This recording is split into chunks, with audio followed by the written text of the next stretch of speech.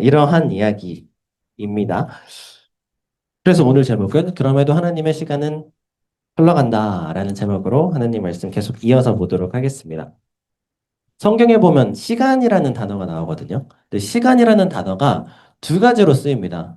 첫 번째 단어는 카이로스라는 단어고 두 번째 단어는 크로노스라는 단어입니다. 크로노스, 어, 벌써 귀를 닫으시는 분들이 계시는데, 자, 하나님의 시간이 두 가지로 사용된다. 첫 번째는 카이로스, 두 번째는 크로노스. 이 헬라어인데요. 이 헬라어 두 가지 단어의 의미가 다르겠죠, 당연히. 크로노스는 무슨 뜻이냐면, 크로노스, 우리가 매일 살아가는 시간, 1시간, 2시간, 3시간, 24시간, 하루, 이틀, 3일, 365일, 요게 크로노스 시간입니다. 우리가 살아가는 일상적인 시간, 요게 크로노스고, 그리고 카이로스는 무엇이냐면 하나님의 시간, 하나님의 시간을 카이로스라고 이야기를 하죠. 그래서 신앙생활이라는 것은 무엇이냐면 크로노스에서 카이로스로 살아가는 것, 이것을 신앙생활이라고 합니다. 일상의 시간 안에서 하나님의 시간으로 살아가는 것, 이것이 우리가 살아가는 신앙생활의 신앙의 성장의 방향이라는 것이죠. 이 관점에서 이제 우리가 성경을 봐야 되는데, 성경도 그와 같은 것이거든요. 성경은 하나님의 시간 안에 하나님이 어떠한지, 어떠한 분인지를 기록해 놓은 말씀이 바로 성경입니다. 하나님의 이야기. 하나님의 이야기가 쭉 흘러가거든요. 근데 하나님의 이야기가 쭉 흘러간다라는 것은 하나님의 시간이 이 안에서 흘러간다라는 이야기거든요. 그럼 그 안에 살아가는 사람들이 있겠죠. 근데 이게 여기서 이제 갈라집니다. 하나님의 시간이 이렇게 흘러가는데요. 그 시간 안에 살아가는 사람이 있고 그 시간 밖에 살아가는 사람이 있습니다. 그것을 하나님께서는 하나님의 백성과 하나님의 백성이 아닌 자들로 구별하시죠. 그것이 바로 거룩입니다. 이렇게 구별해 나가시는데 그렇다면 하나님의 시간 안에 살아가는 사람들은 계속 하나님의 시간 안에 살아가는가? 그렇지 않죠. 하나님의 시간, 카이로스에서 살아가는 사람들이 있거든요. 하나님의 백성들이. 근데 이 사람들이 하나님의 시간 밖으로 밀려날 때가 있는 거죠. 계속. 그럼 밀려날 때, 밖으로 밀려날 때 어떠한 행동을 하느냐? 그때 회개를 합니다. 회개를 하고 다시 삶의 방향을 돌이키는 거죠. 그래서 카이로스에서 살다가 크로노스로 갔다가 다시 카이로스로 가는 겁니다. 이게 계속 반복됩니다. 하나님의 시간 안에서 살다가 밖으로 벗어났다가 회개하고 돌이키고 다시 하나님의 시간 안에 살다가 또 벗어났다가 회개하고 돌이키고 요게 계속 반복되는 거죠. 그것을 여러 사람들과 여러 나라들과 여러 문화 안에서 녹여낸 책이 바로 성경입니다. 그 이야기가 담겨 있는 과정이라는 것이죠. 근데 그렇다면 어떻게 하나님께서는 하나님의 시간 안에 살게 하시는가? 뭐, 여러 가지 방법들이 있죠. 근데 하나님께서 명시적으로 우리에게 주신 은혜의 방편은 무엇이냐면 바로 예배입니다. 예배. 예배와 그리고 기도이죠. 그 과정을 통해서 하나님은 하나님의 시간 안에 살 수 있도록 은혜를 베푸셨다라는 것입니다. 예배를 통해서. 근데 예배라는 것이 하나님의 시간 안에 살아가는 은혜 방편이라는 것을 가장 첫 번째 말씀을 통해서 말씀하시는 것이 무엇이냐면 바로 안식일입니다.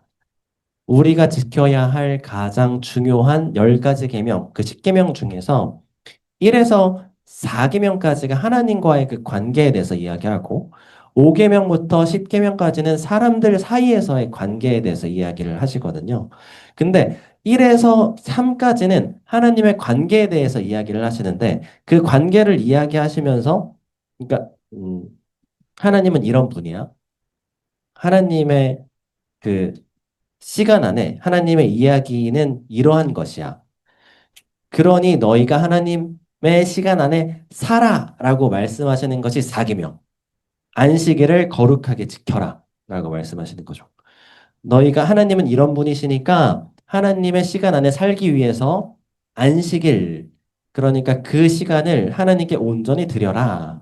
그러니까 오늘 우리에게는 거룩한 주일을 하나님께 예배 드림으로 인하여서 하나님의 시간 안에 살아야 한다. 이것을 명시적으로 이야기하시는 거죠. 그러니까 안식일, 그러니까 주일 예배라는 것은 단순하게 하나님한테 예배 드려야지. 너는 내 백성이고 내 자녀야. 이것을 하기 위한 의식적인 행위가 아니고요. 하나님이 하나님의 시간 안에 살게 하시기 위한 은혜의 방편이라는 거죠. 예배라는 것은. 그게 은혜의 방편인데 하나님은 그것을 통해서 우리를 하나님 안에 살게 하시고 그것이 단순하게 하나님 안에서 온전히 살게 하셨다가 그것에서 벗어나게 하셨을 때 다시 돌아오게 하시는 은혜의 수단으로서 예배를 계속해서 반복해서 드리게 하십니다. 근데 그것이 단순히 예배라는 형식으로만 말씀하시지 않고요.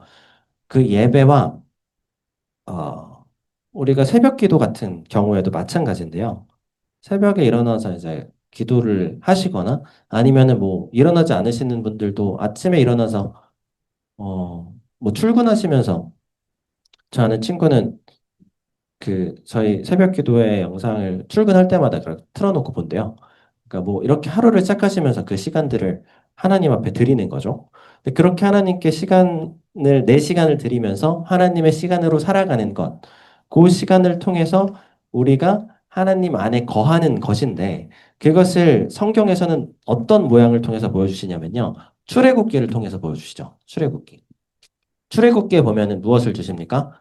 광야에서 매일 아침마다 만나를 주시죠. 만나. 만나는 무엇이냐면 광야에서 먹을 게 없으니 하나님께서 주시는 은혜의 선물이었습니다. 그것을 매일 식량으로 먹는 거죠. 그게 어떤 맛인지 성경에 뭐라고 나와 있냐면요. 꿀처럼 단 과자라고 이야기를 합니다. 그러니까 튀김 과자 같은 느낌이었던 것 같아요. 튀김 그 꿀맛의 어떤 튀김 과자 요런 맛이었다고 하더라고요. 그러니까 기록상 그렇게 나와 있습니다. 근데 그것을 이제 매일 주시죠. 매일 주시는데 하나님께서 주시는 그 은혜의 만나에 하나님의 말씀이 담겨 있거든요. 근데 뭐라고 말씀을 하시냐면 너희들이 이 만나를 일용할 것만 취하라 이렇게 말씀하십니다. 일용할 것만 취하라. 그것이 내가 너희에게 준 시험이다라고 말씀을 하시거든요. 출애굽기 16장 4절 말씀에 뭐라고 말씀하시냐면 제가 읽어드립니다. 그때 여호와께서 모세에게 이르시되 보라 내가 너희를 위하여 하늘에서 양식을 비같이 내리리니 백성이 나가서 일용할 것을 날마다 거둘 것이다. 내가 그들의 율법을 준행하나 아니하나 내가 시험하니라 라고 말씀하시거든요. 너희들이 매일 일용할 것을 날마다 구해야 하는데 오늘 먹을 것만 취하라는 거죠. 그러니까 내일 먹을 것도 같이 가져오지 말라. 오늘 먹을 것만 가져오라. 근데 그 말 들은 사람이, 듣지 않은 사람이 있었을까요? 없었을까요? 있었죠. 내일 먹을 것까지 넘치도록 가져온 사람이 있었습니다. 어떻게 됐냐면, 그게 만나가 썩었습니다. 썩은 내가 났죠. 먹지 않은 것을. 다음 날이 되었을 때. 하나님께서는 그래서 만나를 통해서 하나님의 말씀을 담아서 매일의 양식을 주시면서 무엇을 허락하신 거냐면요. 너희가 이 만나를 먹을 때마다 일용할 양식을 구하여서 내 율법, 내 말씀을 기억하라 라고 말씀하시는 거죠. 그러면서 내 말씀 안에 거하라. 나의 시간 안에 거하라. 이렇게 하나님께서는 은혜의 방편으로서 만나를 주시고 하나님의 말씀을 허락하신 겁니다. 하나님 말씀을. 그것이 바로 하나님께서 주신 은혜의 방편이었다라는 것이죠. 그, 그 시험, 여기 다음을 하면 좀 너무 어려울, 이 설교 내용을 이만큼 준비한 게 또 있거든요, 뒤에. 근데 이거 하면은 너무 어려워서 이렇게 할까 말까요? 아, 이건 다음에 하겠습니다. 너무 이게 뒤에 그 시험에 대한 의미를 좀 더 깊게 들어가 볼까 해서 막 엄청 준비한 게 있거든요. 근데 이거를 준비하면서 전해야 되나 말아야 되나 고민을 했으나 다음에 하도록 하겠습니다. 시험, 시험이 주신 의미가 있거든요. 아, 간단하게 말씀드리면 시험이라는 게요. 하나님이 주신 시험이 있고요. 그리고 사단이 주는 시험이 있습니다. 여기까지 예고편으로. 그런 게 있다. 그래서 근데 하나님이 주신 시험 가운데에 하나님께서는 하나님의 은혜의 방편으로서 그 시험이라고 말씀하시는 거거든요. 그러니까 시험은 과락이 있다는 말이거든요. 근데 그러니까 붙고 떨어지는 게 있다는 말인데 하나님께서 주신 시험이라는 건 뭐냐면 떨어지는 게 없는 거죠. 한마디로.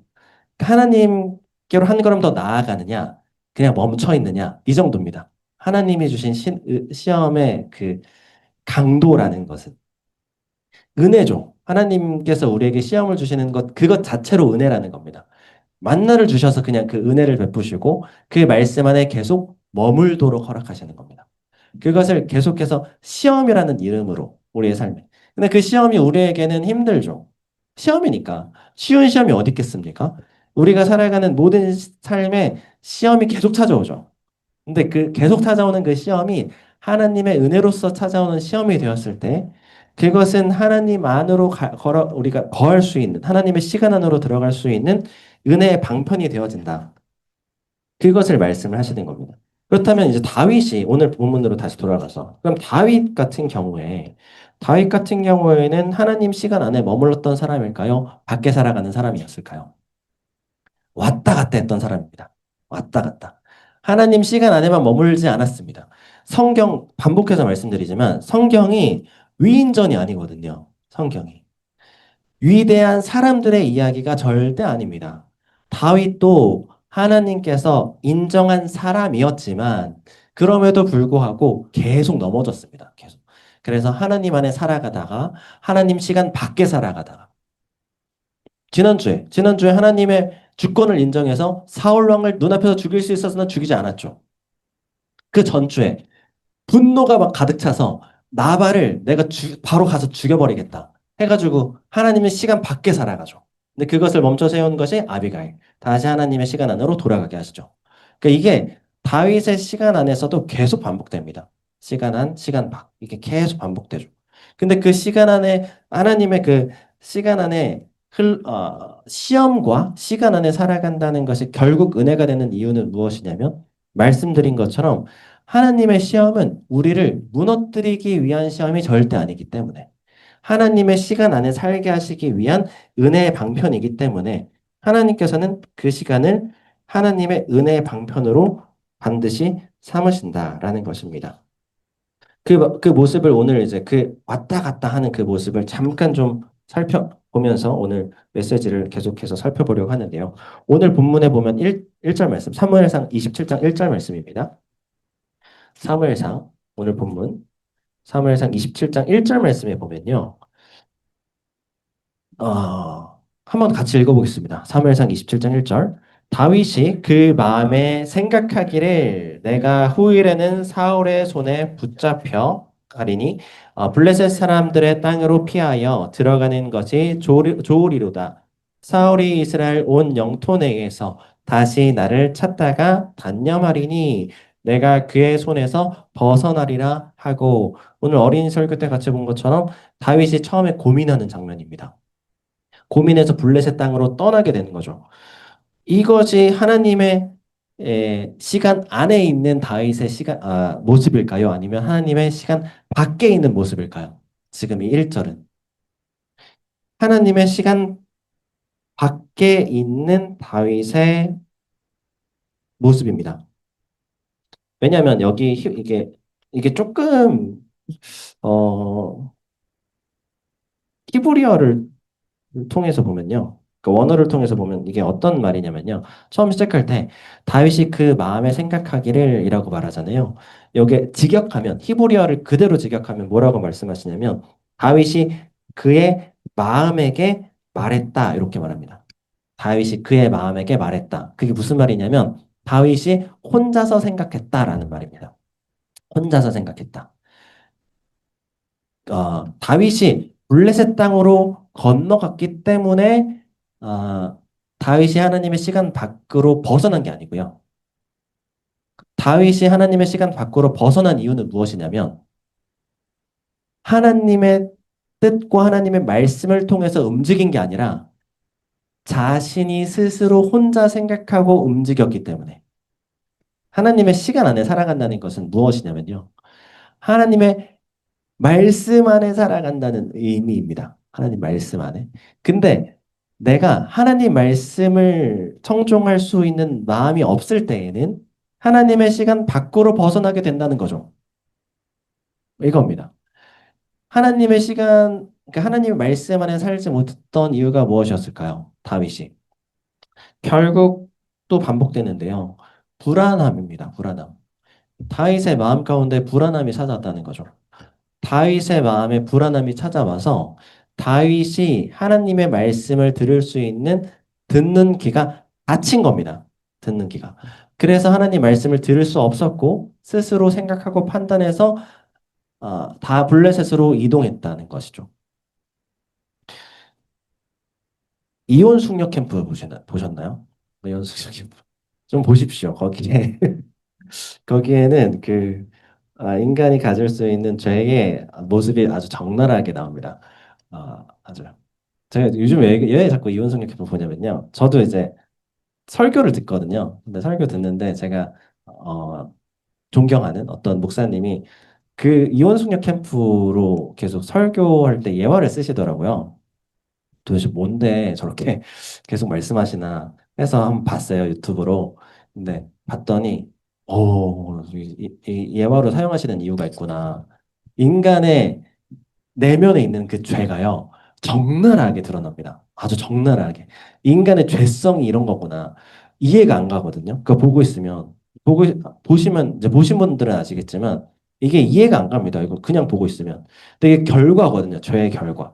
죄의 결과가 적나라하게 드러납니다. 아주 적나라하게. 그 결과치만 놓고 보니까 우리가 이해가 안 간다. 근데 이게 죄라는 게, 죄라는 건 스며드는 겁니다. 우리 삶에. 스며들어서 그런 결과를 도출하게 되는 거죠. 그래서 이혼숙녀 캠프 이번 주에 누가 나왔냐면요. 짜증 부부라는 사람들이 나왔어요. 짜증 부부. 서로 계속 짜증만 냅니다. 상대방의 말을 듣지 않습니다. 계속 짜증내요. 자기 말만 계속 합니다. 자기 말만. 와, 또 그런 사람도 있더라고요. 근데 그 안에 더 포커스를 맞춰서 이야기를 이제 그걸 보여주는데 좀 정신적으로 문제가 좀 있다 해서 뭐 조울증의 조증이다 이렇게 이야기를 하더라고요. 근데 이게 그들의 삶을 들여다보면 결국 출발이 뭐냐면요. 불안함입니다. 서로에 대한 불안함. 근데 그 불안함이 결국 어떤 결과를 가져오게 됐냐? 귀를 닫아버리는 거죠. 상대방의 말을 들을 수 있는 마음에 여백이 없습니다. 불안함이 마음속에 찾아오면. 불안함이 찾아오면 뭐라고 심리학자 중에 불안에 대해서 뭐라고 이야기를 하냐면 불안이 찾아오면 내가 생존 모드로 바뀐대요. 뇌가. 생존 모드로 바뀌어서 그 상대방의 말을 이해할 수 있는 언어 능력이 마비된답니다. 상대방의 말을 이해할 수 있는 영역이 전전두엽이라는 데가 있는데 그게 마비가 된대요. 불안함이 극에 달하면. 그 상대방의 말을 이해할 수 없게 되는 거죠. 그래서 불안함이 찾아오자 그 부부는 스스로에 대한 주장만 펴 나아가면서 상대방의 말을 듣지 않습니다. 대화를 하지 않고요. 와, 끝까지 자기 변론을 계속합니다. 계속. 그러다가 이제 그 영상이 끝났는데 이 불안한 마음은 우- 그 죄의 시작입니다. 사실. 죄의 시작이 불안한 마음이 우리 마음속에 찾아왔다. 그러면 내가 잘못하면 죄를 지을 수도 있겠구나. 이렇게 생각하시면 됩니다. 내 마음에 불안함 찾아왔다. 곧 내가 죄에 넘어질 수도 있겠구나. 내 마음이 하나님의 말씀을 들을 수 있는 마음이 닫힐 수 있겠다. 연결됩니다. 무조건 이건. 그래서 우리가 잘 아는 베드로가 예수님께서 그 킹 오브 킹스 영화 개봉 안 했죠 아직. 킹 오브 킹스라는 영화에도 나오겠지만 예수님이 바다 위를 걸어오시거든요. 예수님이 바다 위를 걸어오시는데 그 장면을 베드로가 봅니다. 그래서 베드로가 예수님한테 말하죠. 예수님 저도 바다 위를 걷고 싶습니다. 이야기할 때 베드로에게 예수님께서 말씀하시죠. 와라. 와라, 바다 위로. 그래서 베드로가 바다 위를 걸어갑니다. 근데 걸어가는데 베드로의 마음 가운데에 불안이 확 들어오죠. 무엇을 보고 불안이 들어오냐면 바람을 보고라고 이야기하시거든요. 마태복음 14장 30절에 바람을 보고 무서워 빠지는지라 이렇게 하죠. 베드로가 바람을 보고 무서워서 빠지는지라.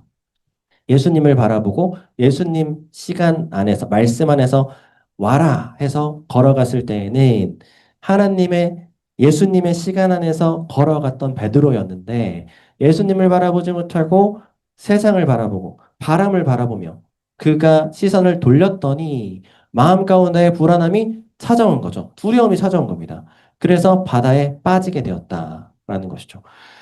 어, 베- 다, 다윗도 마찬가지입니다. 하나님 말씀을 왜 듣지 못했을까요? 사울 왕을 계속 깊이 묵상했거든요. 하나님 바라보지 않고 사울 왕이 또 나에게 해코지하면 어떡하지? 또 나를 잡으러 오면 어떡하지? 나를 또 죽일 텐데. 사람을 바라봤더니 다윗의 마음 가운데 불안함이 찾아온 거죠. 그러자 하나님의 말씀을 계속해서 물었던 다윗이었는데 지금은 하나님의 말씀을 듣지 못하고 자신이 스스로 선택하여서 블레셋이라는 땅으로 가게 됩니다. 그런데 그럼에도 불구하고 그와 같은 하나님의 시험과 하나님의 인도하심이라는 것이 은혜인 이유는 무엇이냐면 그럼에도 하나님의 시간은 흘러가기 때문입니다. 하나님의 시간은. 하나님은 음, 사람이 어떠한지에 따라서 하나님의 역사를 틀지 않으십니다. 하나님의 역사는 그냥 이렇게 쭉 흘러가는 거고요. 그 안에 사람을 이렇게 얹어 놓으시는 거죠. 다윗은 그 시간 안에 이미 머물렀던 사람이었고, 하나님은 그 다윗을 그 시간 안에서 잠깐 벗어났을지라도 다시 그 안으로 이렇게 다시 들어 올려서 살게 하셨습니다. 그 장면이 오늘 6절 말씀에 보면요. 6절 말씀에, 어, 6절 말씀에 이렇게 말씀하시죠. 아기스가 그날에 시글락을 그에게 주었으므로 시글락이 오늘까지 유다 왕에게 속하니라. 그러니까 그 아기스 왕이 다윗이 아기스 왕에게 요청을 했다고 했죠. 왕이시여, 우리가 살 수 있는 작은 성읍을 하나 주옵소서. 그래서 말했죠. 시글락에 가서 살아라. 그런데 뭐라고 말씀하십니까? 6절 마지막에 시글락이 오늘까지 유다 왕에게 속하니라. 이 시글락이라는 땅이 어떤 땅이었냐면요. 하나님께서 가나안에게 이미 약속하신 땅이었습니다. 원래 출애굽하고 나서 여호수아에 보면 땅을 분배하거든요. 12지파에. 12지파에 땅을 분배할 때 유다 지파에게 주셨던 땅이었습니다. 시글락 땅이. 근데 완전한 진멸을 이루지 못해서 시글락 땅을 차지하지 못했었거든요. 시글락 이 땅을. 근데 하나님의 그 시간 안에서 하나님은 그 땅을 다시 이 하나님의 땅으로서 시글락을 다시 삼으신 거죠.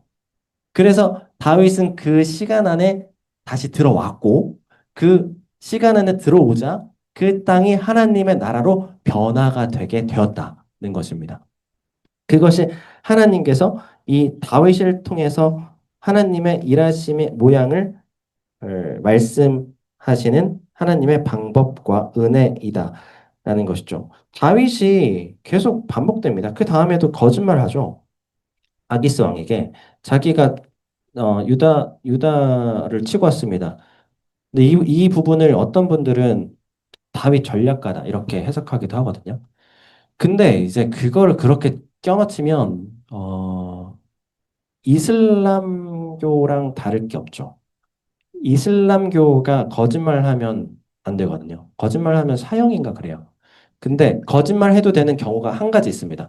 포교할 때, 전도할 때는 거짓말해도 됩니다. 이슬람교가. 그래서 이슬람교 아시는 분인지 모르겠는데 이슬람교는 거짓말을 생각보다 밥 먹듯이 잘합니다.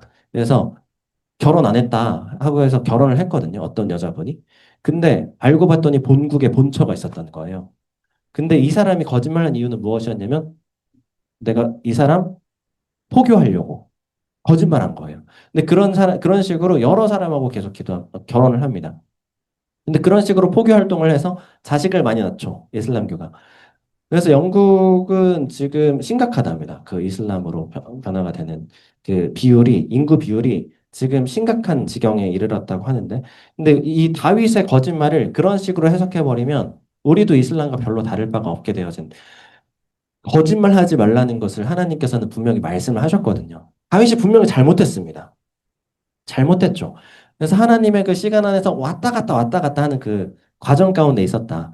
근데 그럼에도 불구하고 하나님께서는 다윗을 결국 하나님의 그 시간 안에 살아가게 하시고 하나님의 시간 안에 다윗이 있는 그 자리를 하나님의 나라로 변화시키셨다라는 것이죠. 다윗의 그 굴곡 많은 인생을 통해서 하나님은 결국 다윗을 하나님 안에 거하게 하셨다라는 이야기입니다. 어, 우리 마지막으로 신약성경 갈라디아서 6장 9절, 9절과 10절 말씀 우리 한 목소리로 함께 읽겠습니다.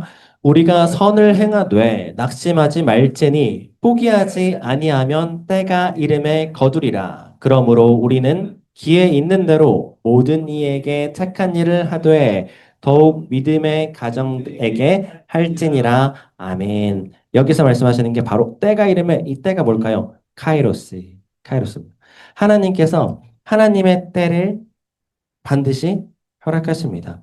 하나님께서 허락하신 그 시간들을 선을 행하되 낙심하지 말고 포기하지 아니하므로 그 시간들을 버텨내신다며 하나님의 때를 하나님의 시간을 우리에게 허락하십니다. 하나님 안에서 벗어나지 않기 위해서 더욱 몸부림치시고 이 치열한 삶의 그 여정 가운데에 하나님의 그 은혜를 놓치지 마시길 바랍니다. 하나님께서 허락하신 오늘의 삶이 하나님의 것이 되었을 때 하나님의 그 은혜가 하나님의 나라가 오늘의 나의 삶에 임하게 되어질 줄 믿습니다.